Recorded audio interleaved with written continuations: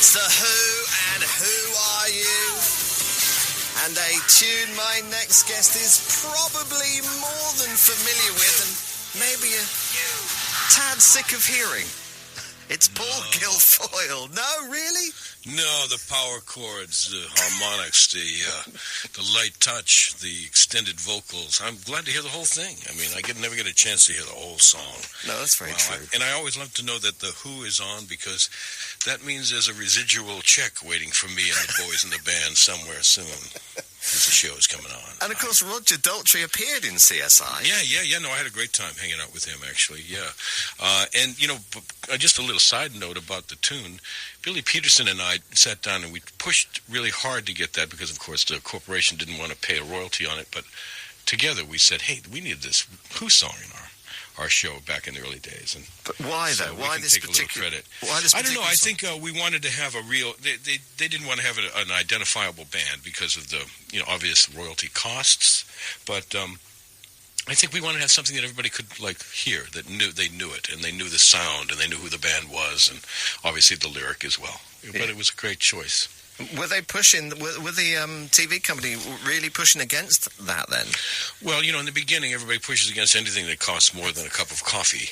And why not? Because it's a risky job. It's a risky business. But afterwards, I think you can see that they amplified it, and they did it, and all the CSIs have. And I'm sure, and I know Roger and Pete Townsend and the people who are on the list are really pleased that we chose their tune. Yeah, and Teenage Wasteland is used on a CSI as well, isn't it? Yeah. They're become identified with crime scene investigations. Now, you played Jim Brass in CSI and have done for 12 seasons. Yeah, I was 21 when we began. Yeah, it was a while ago. But, yes, it's 12 seasons now, yeah. Haven't you thought of this, this is maybe long enough now, time to bow out? I get asked that question occasionally, and I think... I don't want to give you a long answer about it, but, acting really is a very small event. It really is going from moment to moment in reality. And if you get a chance just to do the acting, it doesn't matter what character you're doing and what really. It does to some degree. It's great to have a little expanse and do different parts. And I've done a lot of that and been in a lot of movies like 70 and 50 plays maybe. And so I know what that's like, but it's great to be able to just come and work like a crafted kind of artisan and, hammer out a shoe every day. So I enjoy the acting part of it, really. And it's a great cast, isn't it?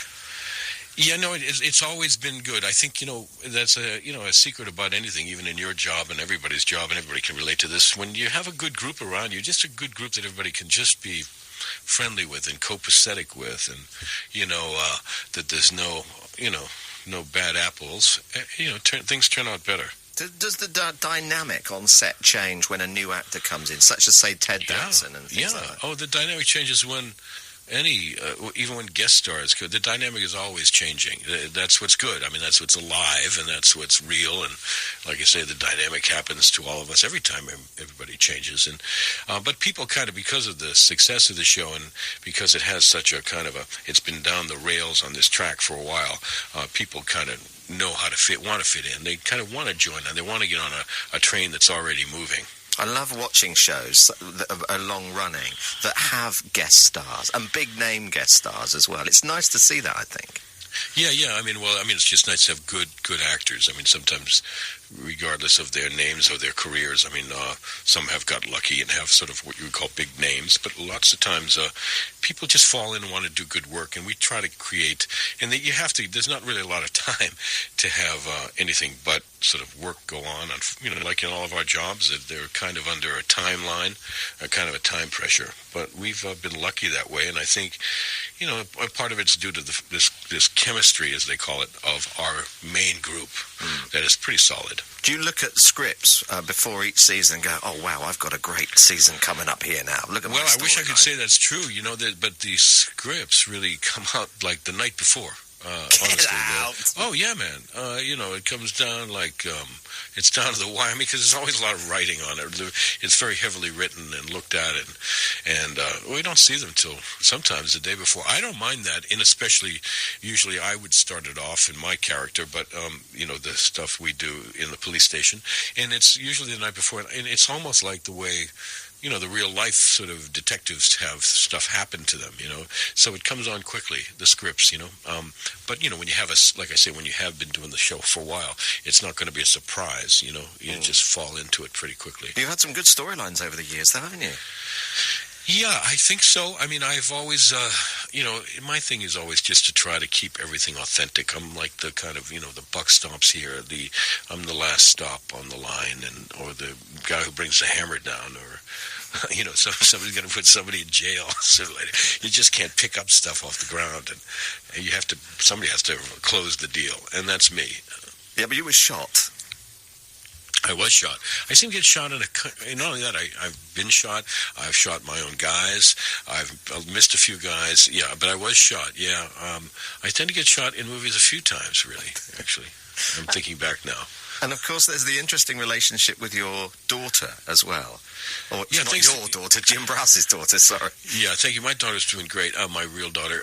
But Jim Brass's daughter, she seems to have a problem with multiple problems on several different fronts. But hey, I think that some of those I'm really very proud of. And I can tell you that, because the show reaches so many people, I've had people come up to me really honestly and tell me that some of the ways that the resolve or the non-resolve of the relationships, these personal relationships that you see from a character that all of a sudden are sprung on you. In other words, you see this guy doing his job as a professional all the time on the TV show, and then all of a sudden you realize he has this home life, this family life that's unfortunate and devastating and hurtful and real and honest, and it's full of deficits, and for both people, for his daughter, and it's a broken relationship. And people have come up to me and said to me, my daughter and I watched this. I remember this man telling me this at the Telluride Film Festival, and I had to give him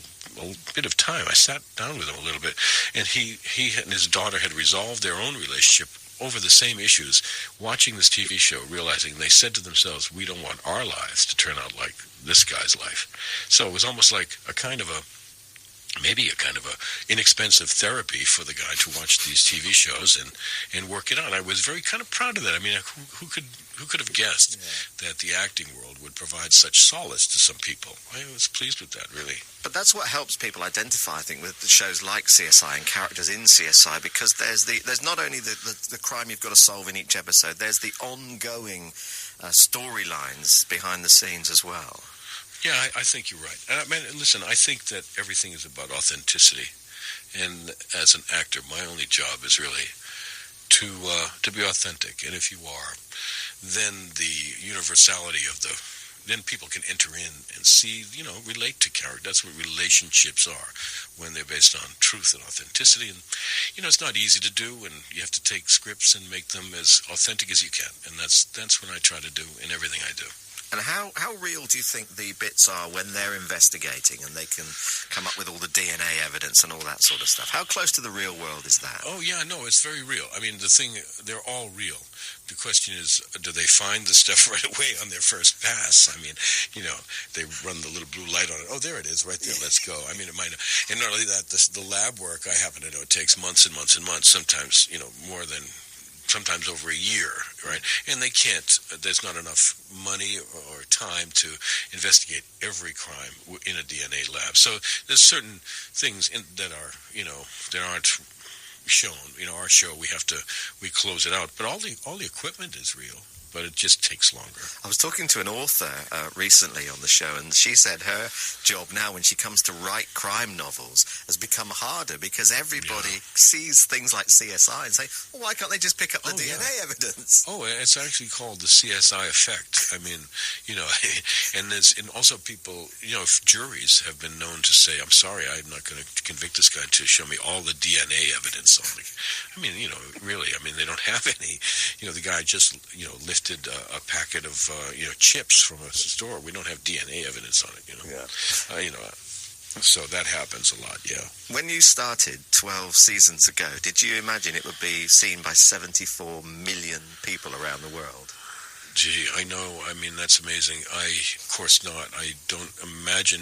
In fact, I don't imagine that really very much ever about the amount of people who see it, because, it's kind of important to imagine that really there's no one seeing it, when you're actually doing the work. But I've seen how, like I told you in that story with the man, I've seen the effect in my traveling, and I get around the world, how people really do watch it, like it, enjoy it, even for its entertainment value. I thought, I'm going to answer this a little longer, I thought that entertainment wasn't artistry, but I learned that, entertainment can provide a lot of relief, can provide people just an hour to kind of watch something that they enjoy watching, to just get out of their own day. It doesn't have to be like Chekhov and Always, or really Struggles, or, something that they watch in the theater under a certain kind of, in a certain laboratory, as it were. They can watch it in their own homes and just take an hour out of their day to relieve themselves of their own, issues and pain. I like that. That entertainment can provide that when it's good. You've been in some massive films as well. I'm not going to list them all because there's just so many of them. Beverly Hills Cop 2, 3 Men and a Baby, Wall Street. Well, we don't want to start. There's even better ones. Howard the Duck. Yeah, I knew you'd get to the real good ones. Come on, that was a fun film. It's 10:20 in the morning. I don't want to get. I have a picture of you here. I know where you live. Yeah, well, there's not really DNA. You know what? That was left, one. is there? I'll tell you. As an actor, there are times when you have experiences on a movie that have nothing to do with what the movie are about. I mean, you're listing some movies that I'm thinking about what fun it was to work on them. And Robert Altman once said this too, that the actual beauty of movies is being in them.